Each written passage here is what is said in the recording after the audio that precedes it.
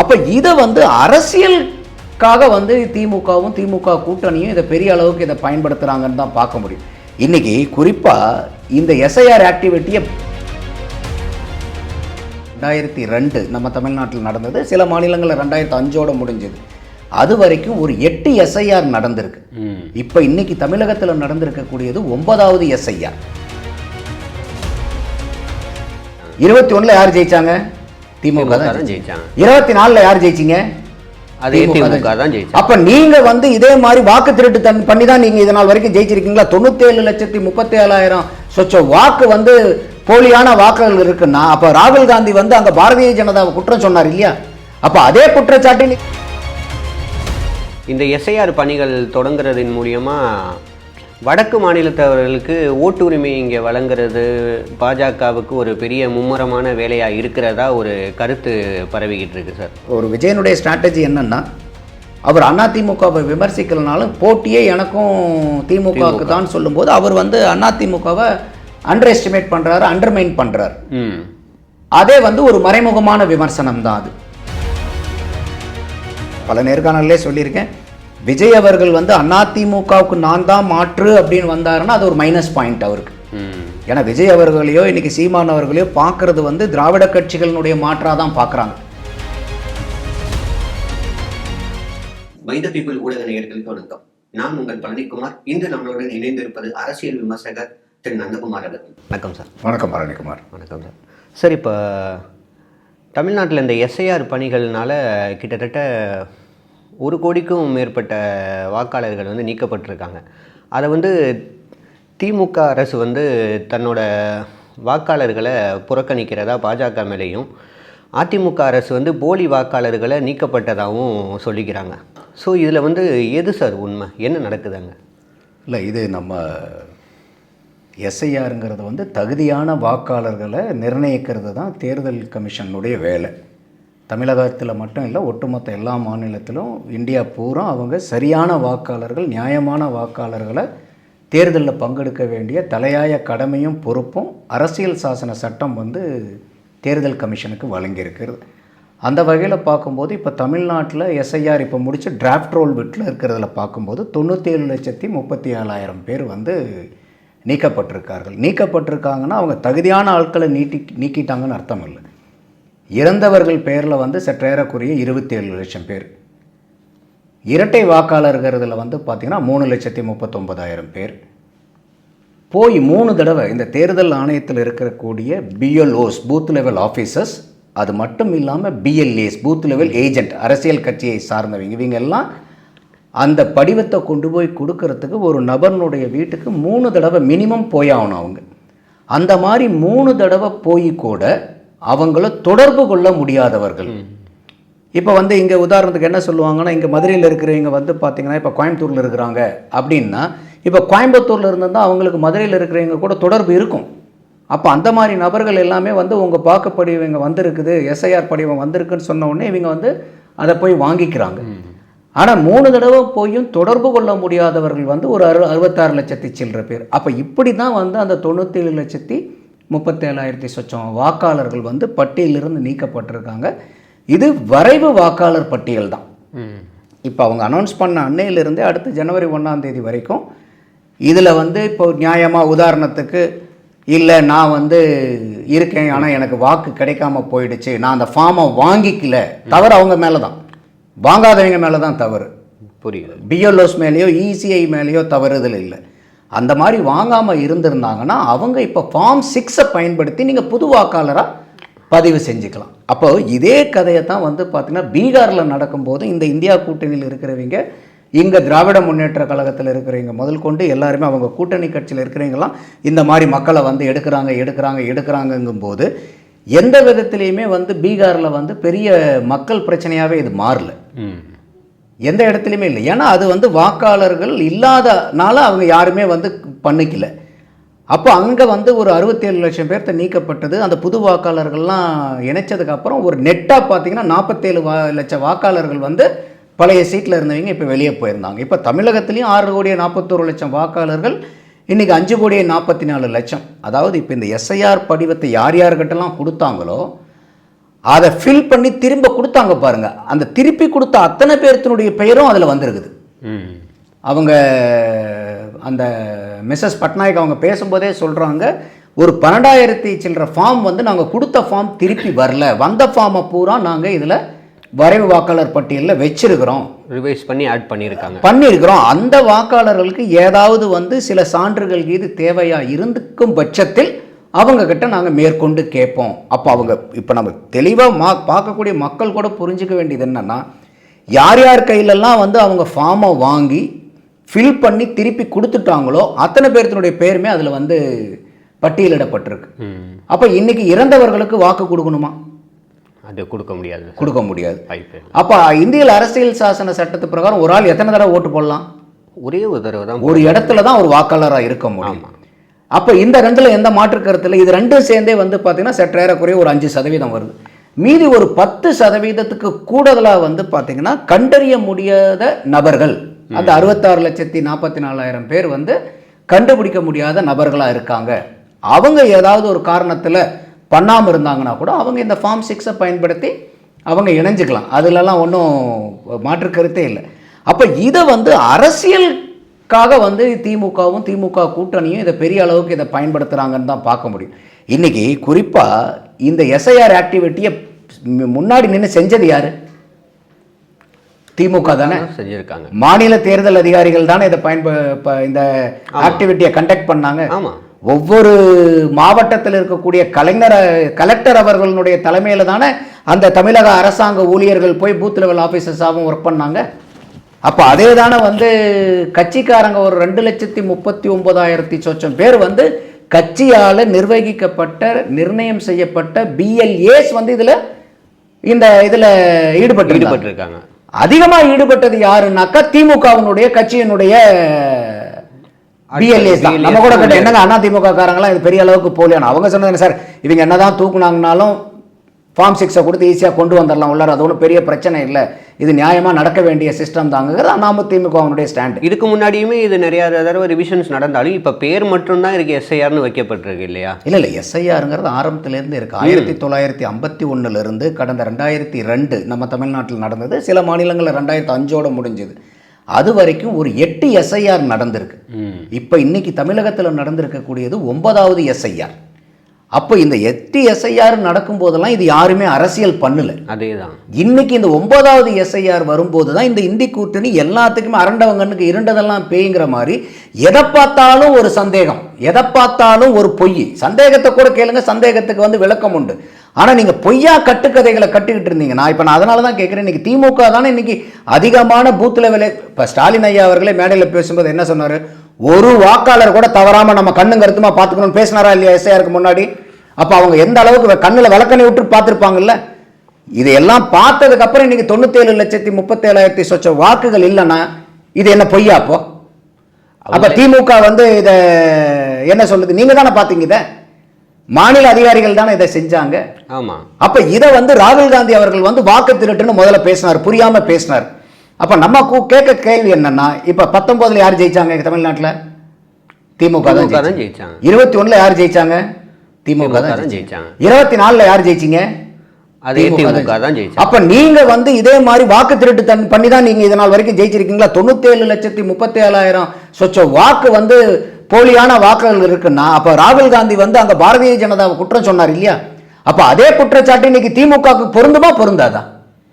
கண்டிப்பா. அப்ப இந்த மாதிரி போலி வாக்காளர்களை வச்சுதான் நீங்க வந்து தேர்தலை வந்து கடந்த 3 தேர்தலா ஜெயிச்சு வந்தீங்களா? 24 இருந்து இப்ப 26 97 லட்சம் வாக்காளர்கள் போலி வாக்காளர்கள்னா, அப்ப நீங்க இப்படி பொய்யும் பொருட்டும் பண்ணி தான் நீங்க ஜெயிச்சீங்களாங்கிற. அப்போ ராகுல் காந்தி பாரதிய ஜனதாவை பார்த்து கேட்கிற கேள்வி நியாயமா இருந்துச்சுன்னா, இன்னைக்கு திமுகவை பார்த்தும் அதே கேள்வி கேட்கறது நியாயமா இல்லையா? அப்போ இது திமுக இந்த இடத்துல வெறும் பொய்யா பேசி இதை வெறும் அரசியல் காழ்ப்புணர்ச்சி கொண்டு மக்கள் கிட்ட எப்படியாவது ஒன்று ஒரு குழப்பத்தை உண்டு பண்ணணும், அதுக்காக ஏதாவது ஒரு பொய்யை பேசுவோம். அப்போ பொய் பேசுறது நீங்க ரொம்ப நாள் நிலைக்காது பிரதர். எங்கேயாவது ஒன்று எப்பயாவது ஒரு தடவை ஏதாவது ஒரு விதத்தில் அந்த பொய் அந்த குட்டு வெளிப்பட்டுரும். அப்படி வந்து இன்னைக்கு திமுக குட்டு உடைப்பட்டு தான் இன்னைக்கு நின்றுட்டு இருக்காங்க. அப்படிதான் நான் பார்க்குறேன் இந்த எஸ்ஐஆரில். சரிங்க சார். இப்போது இந்த எஸ்ஐஆர் பணிகள் தொடங்குறதின் மூலியமாக வடக்கு மாநிலத்தவர்களுக்கு ஓட்டு உரிமை இங்கே வழங்குறது பாஜகவுக்கு ஒரு பெரிய மும்முரமான வேலையாக இருக்கிறதா ஒரு கருத்து பரவிக்கிட்டு இருக்கு சார். அது எந்த அளவுக்கு உண்மையாக இருக்கும்னு நீங்கள் நினைக்கிறீங்க? இல்லை, என்னை பொறுத்த வரைக்கும் அது எப்படி கொடுக்க முடியுங்கிற ஒரு கேள்வி இருக்குது.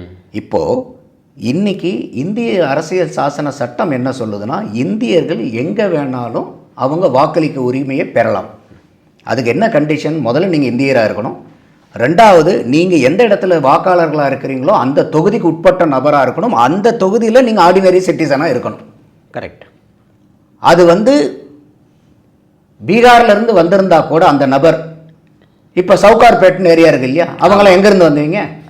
இங்கே தமிழ்நாட்டில் ஓட்டு போடுறாங்களா இல்லையா? அது அவங்க இப்போ ஆல்ரெடி ஒரு 2-3 தலைமுறையாகவே இங்கே இருக்கிறனால அந்த உரிமைகள் இருக்கிறதா கருதப்படுது. ஆனால் இவங்க இப்போ இருக்கிற வேலை பார்க்க வந்தவங்கலேருந்து எல்லாருக்குமே அந்த உரிமை வழங்கப்படுறதுக்கு வாய்ப்பு இல்லை இருக்கிறதா தமிழ்நாட்டில் இப்போ நான் அதனால தான் ஒரு வார்த்தை சொன்னேன், இந்த தொகுதியில் நீங்கள் வாக்களிக்கணும்னா இந்த தொகுதியினுடைய ஆர்டினரி ரெசிடெண்ட்டாக நீங்கள் இருக்கணும்.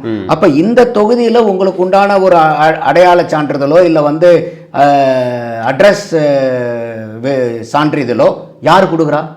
மத்திய அரசாங்கம் கொடுக்குதா, மாநில அரசாங்கம் கொடுக்குதா? நம்மளுக்கு மாநில அரசாங்கம் தானே கொடுக்குது. அப்போ மாநில அரசாங்கம் உங்களுக்கு நீங்கள் இந்த இடத்துல இருக்கக்கூடியவர், இந்த பகுதியில் வசிக்கக்கூடியவர்னு நீங்கள் தானே சார் சான்றே கொடுக்குறீங்க. அப்படி சான்று கொடுத்து இங்கே தமிழகத்தில் வாழக்கூடிய மக்களாக இருந்தால் நான் தமிழகத்தில் நான் ஓட்டு போடணுங்கிற உரிமை எந்த இந்தியனுக்கு உண்டு? இப்போ தாராவியில் போய் தமிழர்கள் இருக்காங்கல்ல, ஓட்டு போடுறாங்களா இல்லையா? ஆமாம்.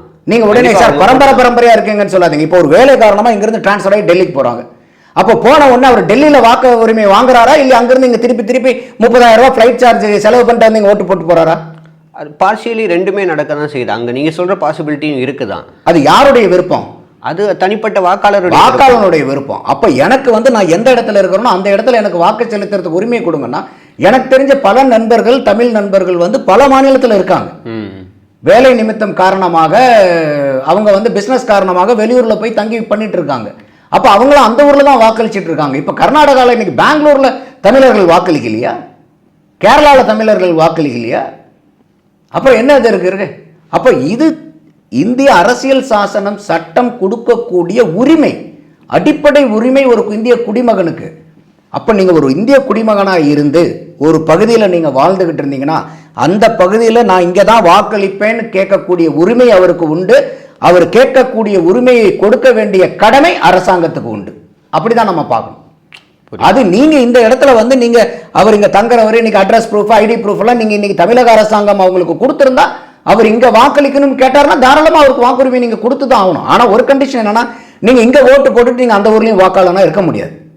இல்ல, இந்தியாவில் ஏதோ ஒரு இடத்துல தான் நீங்க வாக்காளனா இருக்க முடியும். அதுதான் கண்டிஷன். புரியுது சார்.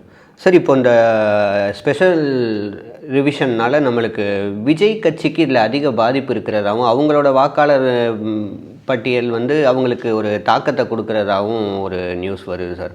எப்படி இந்த வாக்காளர்கள் யார் யாரெல்லாம் விஜய்க்கு வாக்கு போடுவாங்க? ஜென்சி கிட்ஸ்னு எடுத்துக்கலாமே. ஜென்சி கிட்ஸுக்கு இன்னும் பாதி பேருக்கு எஸ்ஐஆர் படிவமே ஃபில் பண்ண தெரியாதுங்கிற மாதிரியும் ஒரு டாக் போயிட்டு இருக்கு. இல்லை, அது அப்படிங்கிறப்போ நம்ம அவங்களோட வாக்காளர்களுக்கு இதில் அதிக பாதிப்பு இருக்கு, விஜய் கட்சிக்கு அதிக பாதிப்பு இருக்கு அப்படிங்கிற அந்த மாதிரி நான் பார்க்கல. என்ன காரணம்னு கேட்டிங்கனாக்கா, இன்னைக்கு ஜென்சி கிட்ஸ்க்கு ஃபார்ம் ஃபில்அப் பண்ண தெரியாதுங்கிறதுலாம் அபத்தமான குற்றச்சாட்டு. அது சில பெரியவங்களை விட இன்னைக்கு இளைஞர்கள் ஒரு படிவத்தை எப்படி ஃபிக்ஸ் பண்ணணும், ஃபில் பண்ணணுங்கிறது பூரா இளைஞர்களுக்கு நல்லாவே தெரியுது. அது அப்போ இந்த எஸ்ஐஆர் படிவம் பணியினால நம்ம தாவேக்காவுக்கு எந்த வித எப்படி நம்ம சொல்ல முடியும்? இப்போ நீக்கப்பட்டவர்கள் எல்லாம் விஜயனுடைய வாக்காளர்கள்னு எப்படி நீங்கள் எந்த அடிப்படையில் சொல்ல முடியும்? திமுகவுக்கு பாதிப்பாக முடியக்கூடாதா? இது இல்லை அதிமுகவுக்கு பாதிப்பாக முடியக்கூடாதா? பாரதிய ஜனதாவுக்கு பாதிப்பாக முடியக்கூடாதா? இல்லை சார், நீக்கப்பட்டவர்கள்ங்கிற தனியாக இருந்தாலும் உள்ளேயே இன்னும் வராமல் ஓட்டு உள்ளாரே நீங்கள் அவங்க மாநில தேர்தல் ஆணையர்களுடைய இன்டர்வியூ நீங்கள் கவனிச்சிங்கன்னா, இப்போ இந்த எஸ்ஐஆர் நடந்துக்கிட்டு இருக்கும்போதே ஆன்லைன்லே ஆகட்டும்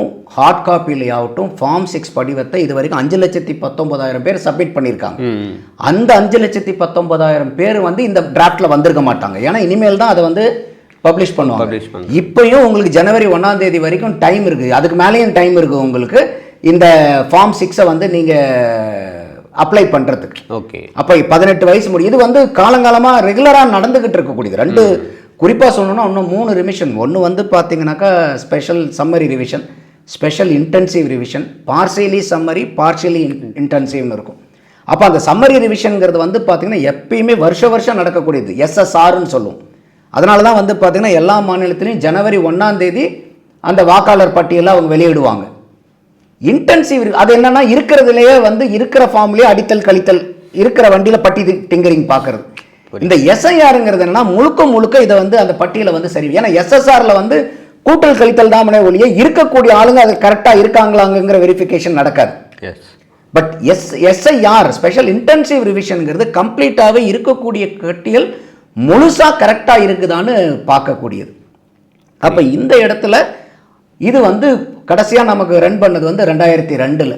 ஸோ 24 வருஷம் கழிச்சு இப்போ 23 வருஷம் கழிச்சு இப்போ பண்ணுறாங்க. அதிலே பாருங்களேன், இப்போ நீங்கள் 97,37,000 பேர் வந்து அங்கே வாக்காளர்கள் தமிழ்நாட்டில் வாக்களிக்கிறவங்க இல்லாமல் இருக்காங்க. இதில் 12,000 சொச்சம் பேர் நான் ஏற்கனவே சொன்ன மாதிரி ஃபார்மை திருப்பி கொடுக்காதவங்க, என்ன காரணத்தினாலையோ அவங்க திருப்பி கொடுக்கல. சில பேர் ஃபார்ம் வாங்காதவங்க கூட இருப்பாங்க இந்த 66 லட்சத்தில். அவங்க இல்லை, அவங்க வேற இடத்துலையும் இருக்கலாம், வேற மாநிலத்தில் இருக்கலாம். அப்போ அவங்க வந்து விருப்பப்பட்டு இல்லை நான் திருப்பி இங்கே வரேன் அப்படின்னாக்கா அவங்க அந்த ஃபார்மை வந்து ஃபார்ம் 6 மூலியமா இனிமேல் அப்ளை பண்ணாங்கன்னா அது வந்து ஆட்டோமேட்டிக்காக உள்ளார வந்து இஷ்யூ கிளியர். ஆமாம் ஆமாம். அதனால தான் நான் சொன்னேன் பீகாரில் 67 லட்சம் நீக்கினாங்க. அதுக்கப்புறம் வந்து பார்த்தீங்கன்னாக்கா உங்களுக்கு ஒரு 21 லட்சத்துக்கு பக்கமாக சேர்த்துனாங்க. மறுபடியும் சில பேர் வெளியே போனாங்க. அது எல்லாம் நெட்டாக பார்க்கும்போது 47 லட்சம் வந்து பார்த்தீங்கன்னாக்கா அந்த டிஃப்ரென்ஸ் வந்துச்சு. Okay okay sir. அதுலேயும் இன்னும் குறிப்பாக இப்போ நம்ம சீஃப் எலெக்ஷன் கமிஷன் சொல்கிறோம், இதை நாங்கள் ரொம்ப ஸ்ட்ரிக்டாக பண்ணியிருந்தோம்னா இந்த 97 லட்சங்கிறது 1 கோடியை தாண்டி இருக்குன்றாங்க. அப்போ என்ன அர்த்தம், ரொம்ப லீனியண்ட்டாக பண்ணியிருக்காங்க. நான் அதனால தான் சொன்னேன், நீங்கள் ஃபார்மை வாங்கி திருப்பி கொடுத்துருந்தீங்கன்னா கூட உங்கள் பேர் அதில் வந்துருக்குது. இப்போ சில பேர்த்துக்கெல்லாம் வந்து அப்பா அம்மா பேர் அதில் இல்லை, கார்டியன் பேரை போட்டிருந்தாங்க. அந்த மாதிரி நபர்கள்ட்ட கூட பூத்துக்கு வந்து ஏன்னா அவங்க வந்து ஆப்பில் அப்லோட் பண்ணணும் ஆன்லைனில். அப்போ அதை நீங்கள் அப்லோட் பண்ணும்போது அப்பா பேர் வந்து அம்மா பேர் வேணும். இப்போ சில பேர் என்ன பண்ணுவாங்க, பெரியவங்க வீட்டில் இருப்பாங்க, நான் தான் கார்டியன்னு கொடுத்துருந்தாங்க. அவங்களெல்லாம் திருப்பி ஏன்னா ஃபோன் நம்பர் இருக்குது அவங்க கிட்ட, ஃபோனில் கூப்பிட்டு நீங்கள் அப்பா பேர் அம்மா பேர் எழுதலை, கார்டியன் பேர் தான் எழுதிருக்கீங்க, அவங்களுடைய அப்பா அம்மா பேர் என்னன்னு கேட்டு என்ட்ரி போட்டு உள்ளார நுழைச்சிருக்காங்க. ஓகே. அப்போது ஒரு ஃபார்மை திருப்பி கொடுத்தா எந்தெந்த வகையில் எல்லாமே அவங்கள உள்ளார அனுப்ப முடியுமோ அனுப்பியிருக்காங்க. அப்போ இதுக்கு திமுக தான் இன்னைக்கு பதில் சொல்லணும்.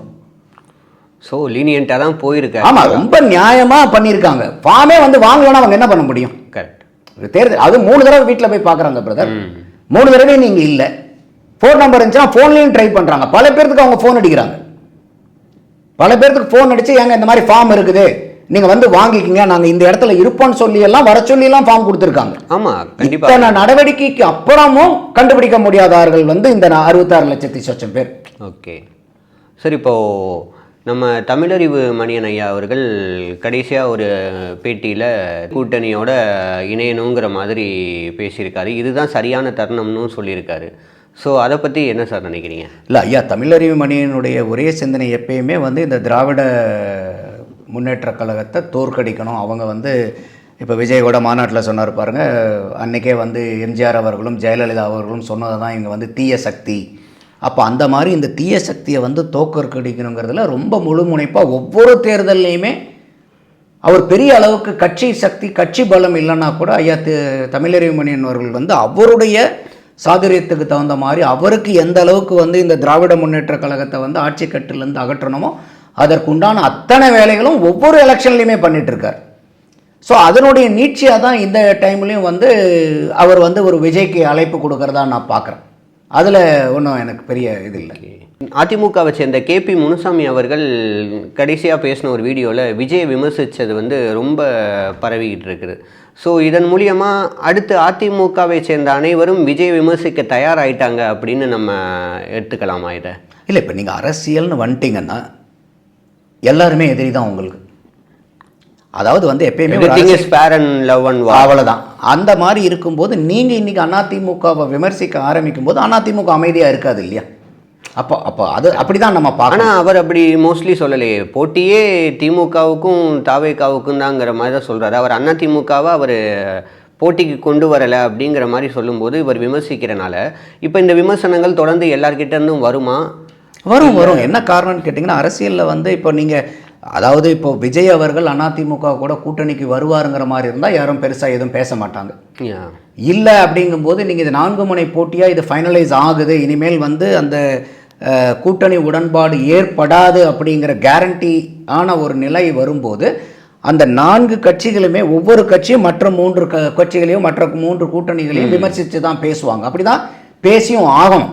ஸோ அப்போ வந்து இன்றைக்கி நீங்கள் ஒரு கட்சி மேலே விமர்சிக்க இப்போ ஒரு விஜயனுடைய ஸ்ட்ராட்டஜி என்னென்னா, அவர் அதிமுகவை விமர்சிக்கலனாலும் போட்டியே எனக்கும் திமுகவுக்கு தான் சொல்லும்போது அவர் வந்து அதிமுகவை அண்டர் எஸ்டிமேட் பண்ணுறாரு, அண்டர்மைன் பண்ணுறாரு. அதே வந்து ஒரு மறைமுகமான விமர்சனம் தான் அது. அப்படி இருக்கும்போது அதிமுக வந்து அதுக்குண்டான விமர்சனங்களை கொண்டு வருவாங்க, பதில்களை கொடுத்து தான். அடுத்தது வந்து இவங்க வந்து எம்ஜிஆரையும் அண்ணாவையும் கையில் எடுக்கிறாங்க. அதிலே விஜய் அவர்களும் கிளாரிஃபிகேஷன் கொடுக்குறாரு, எங்கள் கொள்கை தலைவர்கள் அவங்க தான், ஆனால் அண்ணா அவர்களையும் எம்ஜிஆர் அவர்களையும் நாங்கள் எதனால் எடுக்கிறோன்னா அவங்களுடைய தேர்தல் அணுகுமுறை, அண்ணாவினுடைய 67 அணுகுமுறையும் எம்ஜிஆர் அவர்களுடைய 77 அணுகுமுறையும் பெரிய மாற்றத்தை கொண்டு வந்தது. அண்ணாவினுடைய அணுகுமுறை பாரம்பரியமாக இருந்த காங்கிரஸை தோக்கடிக்கிறதுக்கு உதவுச்சு. அதே மாதிரி எம்ஜிஆர் அவர்களுடைய அணுகுமுறை தீய சக்தி திமுகவை தோக்கடிக்கிறதுக்கு பயனுள்ளதாக இருந்துச்சு. அதனால் இந்த தேர்தல் அணுகுமுறையை நாங்கள் இந்த 2 பேர்த்துக்கிட்ட இருந்து நாங்கள் எடுத்துக்கிறோம் அப்படிங்கிற ஒரு இது உங்களோட ஸ்ட்ராட்டஜியை மட்டும் நாங்கள் கவர் பண்ணிக்கிறோம். ஆமாம், அதாவது வந்து இப்போ பல நேர்காணலே சொல்லியிருக்கேன், விஜய் அவர்கள் வந்து அதிமுகவுக்கு நான் தான் மாற்று அப்படின்னு வந்தாருன்னா அது ஒரு மைனஸ் பாயிண்ட் அவருக்கு. ஏன்னா விஜய் அவர்களையோ இன்னைக்கு சீமான் அவர்களையோ பார்க்கறது வந்து திராவிட கட்சிகளினுடைய மாற்றாக தான் பார்க்குறாங்க. அப்போ நான் வந்து இன்னொரு திராவிட கட்சிகள் மாதிரியே தான் நானுன்னு சொல்லி நீங்கள் இங்கே அது வந்து தன்னை வந்து அறிமுகப்படுத்திக்க விரும்பினார்னா அது அவருக்கு லாங் டேர்மில் யூஸ்ஃபுல்லாக இருக்காது விஜய் அவர்களுக்கு. அப்படி பார்க்கும்போது ஒரு செங்கோல் கொடுக்கறதுலேருந்து இந்த மாதிரி சம்பவங்கள் வந்து அவரை திரும்பியும் ஒரு திராவிட கட்சியோட சாயலில் இப்போ காட்ட தானே நினைக்கிற மாதிரி. இல்லை, செங்கோல்ங்கிறது வந்து திராவிடத்தினுடைய சிம்பல் இல்லை, இது வந்து தமிழக மன்னர்கள் ஆட்சியில் இருந்தபோது அந்த செங்கோல்ங்கிறது வந்து ஒரு நிலப்பரப்பை ஒரு மக்களை எவ்வளோ செம்மையாக ஆண்டாங்க, எவ்வளோ சீரும் சிறப்புமாக ஆண்டார்கள். ஏன்னா மன்னர் ஆட்சி காலத்தில் பயங்கர கொடுமைகள் எல்லாம் நடக்கும், அடக்குமுறை நீங்கள் எதிர்த்தெல்லாம் பேச முடியாது. ஆமாம். அப்போ அந்த காலத்தில் கூட வந்து மக்களை எந்த அளவுக்கு ஜனநாயகப்படுத்தி வச்சுருந்தாங்க, எந்த அளவுக்கு மக்களுக்காக அந்த மன்னர்கள் வாழ்ந்தாங்க, அந்த மாதிரி ஆட்களுக்கெல்லாம் வந்து செங்கோல் ஆட்சி செலுத்தினாங்கிறது வரும். அந்த செங்கோலினுடைய நீட்சியாக தான் அவர் வந்து இப்போ அதுதானே ஒளி, இது வந்து திராவிடத்தினுடைய குறியீடு இல்லை, செங்கோல் ரெப்ளிகேஷனாக இருக்காது. இல்லை, அது வந்து தமிழக மன்னர்களுடைய மக்களை செம்மையாக எந்த விதமான வித்தியாசமும் இல்லாமல் அனைவரும் சமம் அப்படிங்கிற எண்ணத்தில் வந்து ஒரு நியாயம் தர்மம் நீதின்னு வந்துட்டால் எந்த பாகுபாடும் இல்லாமல் எல்லா தட்டு மக்களையும் ஒரே நிலையில் வச்சு நீதி வழங்குறது தான் அந்த செங்கோலினுடைய ஒரு அடையாளம். செம்மையான ஒரு ஆட்சியை கொடுக்குறாங்கங்கிறவங்க இல்லையா, அந்த மாதிரி. சரி, இப்போது தாவேக்காவில் தொடர்ந்து அடுத்தடுத்து நிறைய பிரபலங்கள் மட்டுமே உள்ள இணைஞ்சிக்கிட்டு வரதை நம்மளால் பார்க்க முடியுது. அதுக்கு ஒரு உதாரணமாக நம்ம ஊடகவியலாளர் நெட்ஃப்ளிக்ஸோட ஆசிரியர் ஃபெலிக்ஸ் ஜெரால்டு அவர்கள் இப்போ ரீசெண்டாக இணைஞ்சிருக்காங்க. அதுக்கு அவரும் என்னோட காலேஜ் ஃப்ரெண்டை நான் இப்போ இணைக்கிறேன் அப்படிங்கிற மாதிரிலாம் ஒரு ட்வீட் போட்டதை நம்மளால் பார்த்துருக்க முடியுது. ஸோ இதை பற்றி என்ன சார், இது அவங்களுக்கு ஒரு இந்த மாதிரி பிரபலங்கள் இணைகிறது ஒரு பலமா இல்லை பலவீனமா சார்? எப்பயுமே பலமாக தானே இருக்கும். யார்கிட்டையுமே ஒருத்தர் போய் ஒரு கூட சேர்றாங்கன்னா அது ஒரு பலம் தான். சேரும்போது அது ஒரு பெரிய பலமாக இருக்கும். அதே மாதிரி ஃபெலிக்ஸை பொறுத்த வரைக்கும், ரெட்பிக்ஸை பொறுத்த வரைக்கும் அவங்களுடைய யூடியூபுக்கும் நல்ல ஃபாலோயர்ஸ் இருக்காங்க, நிறையா ஃபாலோயர்ஸ் இருக்காங்க. அவருக்கு வந்து விஜய் மாதிரி அவரை பற்றின கருத்துக்களை வந்து பகிரும்போது நிறையா நேயர்கள் பார்க்குறாங்க.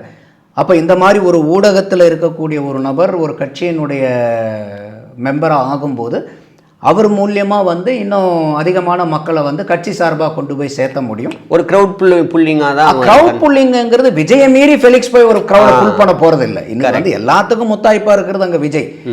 விஜய்க்காக தான் அங்கே எல்லாரும் வராங்களே ஒழிய, இப்போ ஈரோட்டில் கூட விஜய்க்காக தான் வந்தாங்களே ஒழிய செங்கோட்டையனை பார்க்கணுங்கிறதுக்காக யாரும் வரல.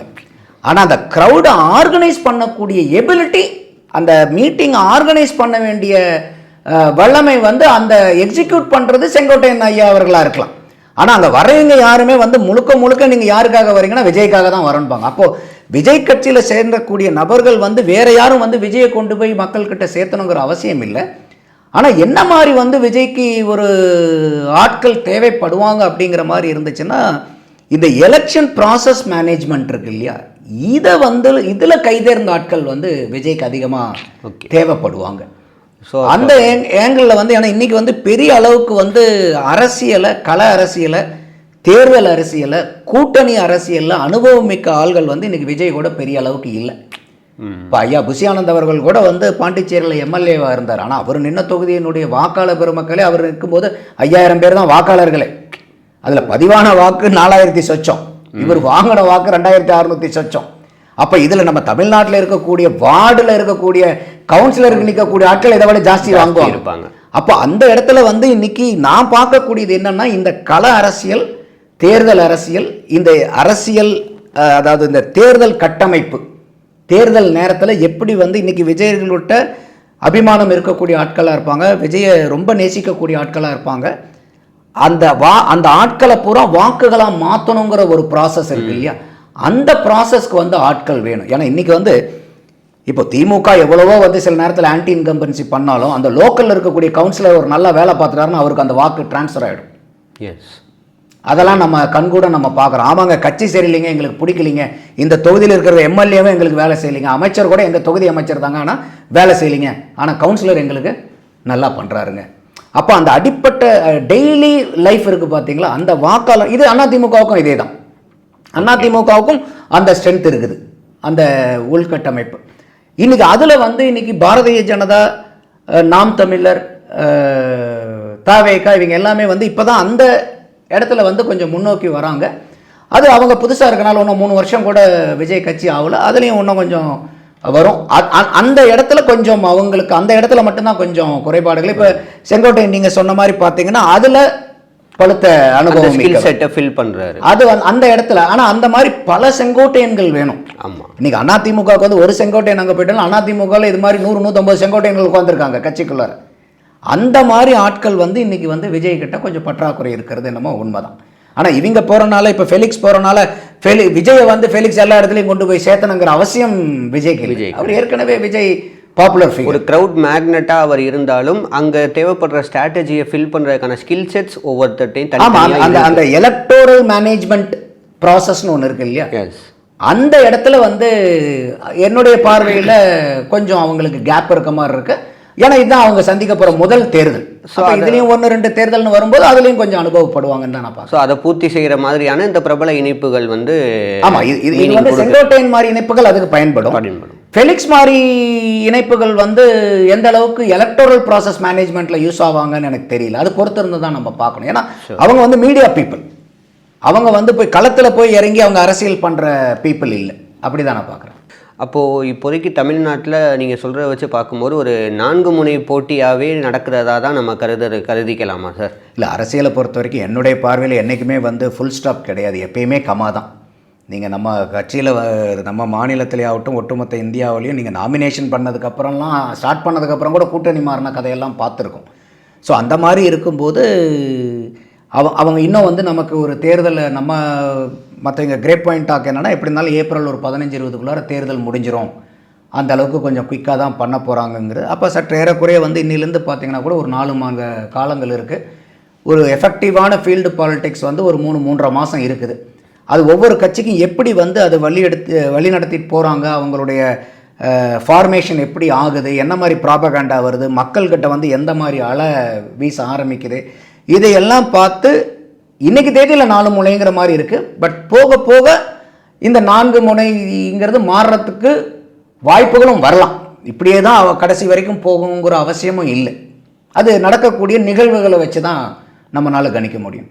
சரிங்க சார், உங்களோட நேரத்தை எங்களுக்காக ஒதுக்கி உங்களோட அரசியல் கருத்துக்களை பை த பீப்புள் ஊடக நேயர்களுக்கு கொடுத்ததுக்கு ரொம்ப நன்றி சார். மேலும் அடுத்த ஒரு உரையாடலில் நம்ம சந்திக்கும் வரை உங்களிடமிருந்தும் மக்களிடமிருந்தும் விடைபெறுவது உங்கள் எம். பழனிக்குமார். நன்றி. நன்றி சார்.